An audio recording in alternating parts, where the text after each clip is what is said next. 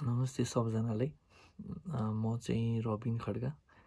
म चाहिँ अहिले भोइस ग्रुप अफ म्यानेजमेन्टमा आधारित छु एज अ कन्सल्टेन्ट म्यानेजर।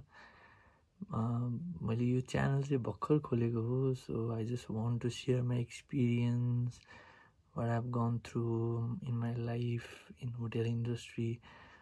मेरो चाहिँ हजुरको 8-9 इयर्स हुन लाग्यो होटेल लाइनमा छिरेको। So I just want to give experience, share my experience, अनि my young brothers sisters I just want to motivate them, because as hospitality industry is a second most growing industry in across all over the world.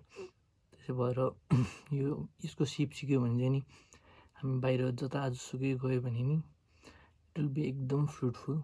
त्यही भएको कारणले चाहिँ I just want to share my experience to all of you, so that you get motivated. And as नेपालमा यस्तो अपर्च्युनिटीहरू बढ्दैछ, नेपालमा धेरैवटा होटेलहरू खोल्दैछ, so it's a bigger platform.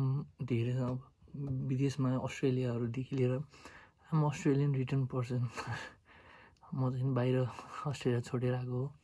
So I have been to India. मैले एकदम राम्रो राम्रो प्रपर्टीहरूमा काम गरिसकेको छु।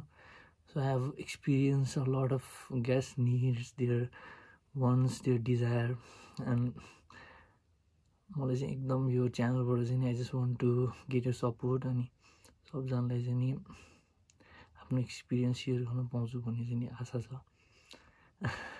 अब talking about first hotel line हुँदा नि hospitality industry, what is hospitality industry भनेर चाहिँ नि we just need to know that hospitality is a word, it's a act of welcoming, receiving, and giving a nice care to the guests, entertaining them to the fullest, अनि उनीहरूलाई एकदम making their unforgettable experience experience चाहिँ एकदम यता आउँदाखेरि चाहिँ उनीहरूलाई एकदम वार्म फिल होस्, रिटर्न अफ मनी होस्। उनीहरूले इन्भेस्ट, किनकि होटेललाई गएपछि they suppose to pay money, अनि पे गरेको अनुसारले if they get the nice service then they will feel satisfied and they will come again and again and they will choose you beside others. And valued customer भनेकै त्यही नै हो। So hospitality is a vast word. यसलाई entertaining a guest, giving a nice care of to them so that they feel valued, welcomed, होइन। त्यसपछि जेस्चरहरू, it's all about giving a gesture to the guest, how you feel important to them. अनि त्यसमा उनीहरूले चाहिँ कति importance हामीले दिनसक्छ, अनि उनीहरूलाई कति हामीले खुसी दिनसक्छ, होइन। त्यसमा पनि म चाहिँ मनदेखि नै खुसी हुन्छ क्या, जब गेस्ट चाहिँ खुसी हुन्छ नि, त्यो बेलादेखि मनदेखि खुसी हुन्छ। त्यो हस्पिटालिटी भनेको चाहिँ अब यो धेरैवटा सर्भिसमा पनि हस्पिटालिटी इन्भल्भ इन हस्पिटल्सहरूमा पनि हस्पिटालिटी, नर्सिङहरूमा हस्पिटालिटी हुन्छ, एयरलाइन्सहरूमा हुन्छ, होटेल इन्डस्ट्री रिसोर्टहरूमा हुन्छ, नाइट क्लब्सहरूमा हुन्छ, बार्सहरूमा हुन्छ, होइन। ट्राभल एन्ड टुरिज्म भयो, अनि डिफ्रेन्ट सेक्टर्सहरूमा चाहिँ हस्पिटालिटी एकदम मोस्ट इसेन्सियल कुरा हो। सो सबैजनाले हस्पिटालिटी भएर giving a nice gesture, smiling, जे आफ्नो घरको प्रब्लम होस् जे होस्, in front of the guest we just need to smile from heart, होइन। त्यही नै हो। अनि गिभिङ तिनीहरूलाई अनफर्गेटेबल एक्सपिरियन्स दिने नै हाम्रो दायित्व हुने, होइन, हस्पिटालिटी भएपछि। सो हस्पिटालिटीले गर्दाखेरि अब गेस्टसँग एट्याचमेन्टहरू हुन्छ। What I love being a hospitable person is daily my day, every day is different to me, and the people that I meet, the relation that I make totally different to me. And this आज एउटा guest भेट्छ, भोलि अर्कै खालको गेस्टहरू भेटिरहेको हुन्छ।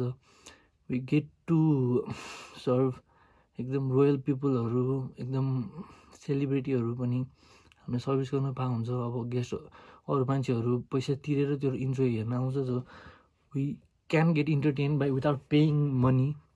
त्यो पनि हस्पिटालिटी हाम्रो होटेल लाइनको मान्छेको एउटा बेनिफिट त्यो पनि हो, होइन। नेपालमा नै होटेलहरू धेरै खोल्दैछ। So we are getting a the bigger picture is just building up. अनि अब नयाँ नयाँ प्रपर्टीहरू खोल्दैछ। वी जस्ट निड अ एकदम क्वालिफाइड। हामीलाई चाहिँ विदेशमा सबैजना +2 सकेपछि विदेश जान्छ, तर नेपाल बस्नेलाई चाहिँ एउटा प्लस पोइन्ट भनेको चाहिँ वी आर गेटिङ नाइस अपर्च्युनिटिजहरू, किनकि they don't have enough manpower, होइन। So if we polish our self, अनि हामी एकदम राम्रो भयो भने चाहिँ हाम्रै नेपाललाई हस्पिटालिटी इन्डस्ट्रीले नै हामी नै चाहिने हो। त्यही हो hospitality. I love being a hotelier नि, तर हाम्रो पर्सनल लाइफ पनि अलिकति हुन्छ, तर it's really good to see. It's really hard. पहिला चाहिँ एकदम टफ हुन्छ काम, किनकि कस्टमरको बकलीबाट पैसा निकाल्ने it's not a easy task. अनि अब त्यो बाहेक तर पछि when you see down the line, when you be on top, it's really good to see from there. एकदम मजा आउँछ नि। दुःख गर्नुपर्छ होइन केटा हो, त्यही भएर मैले च्यानल स्टार्ट गर्न खोजेँ हो। आई होप एभ्रीबडी गर्न सपोर्ट मी। म चाहिँ यसमा अब होटेलको बारेमा, क्लासिफिकेसन होटेल्सदेखि लिएर बारहरूको बारेमा, I will share the drinks recipes, अब के गर्न सक्छु। I will try my best होइन, कतिको सपोर्ट मिल्छ, कतिको के हुन्छ। अनि त्यसपछि युट्युबमा नयाँ हो नयाँ भएर I just want to try नि, अब कस्तो हुन्छ होइन, हेर्दै जाउँ। I hope that all gonna support me. अनि म अब बिस्तारै होटेल हस्पिटालिटीको बिस्तारै अलिकति भनेँ। सो इफ यु वान्ट म अझै इलाबोरेसन चाहियो भने I can do that, because I have been to this industry a long way back ago. So I'm a BHM student. म इन्डिया गयो, त्यसपछि नेपालमा पनि I already been to different property in Nepal as well. I been to Australia, I work to Hyatt agency, त्यहाँ पनि मजा आयो काम गर्नलाई। So I have work with different cultures, different people. So म आफ्नो एक्सपिरियन्स विथ अब हाम्रो माता गुगल हुनुहुन्छ होइन, त्यसबाट सर्च गरेर I will try to create a nice content, so that त्यो हेर्दाखेरि पनि एकदम सजिलो होस् कि मान्छेलाई क्युरियोसिटी होस्, they get motivated to learn, like they can go for barista. अब अहिले विदेश जाने, अस्ट्रेलिया जानेहरूले पनि इफ दे हेभ सम एक्सपिरियन्सहरू भयो भने पनि एकदम सजिलो हुन्छ नि त।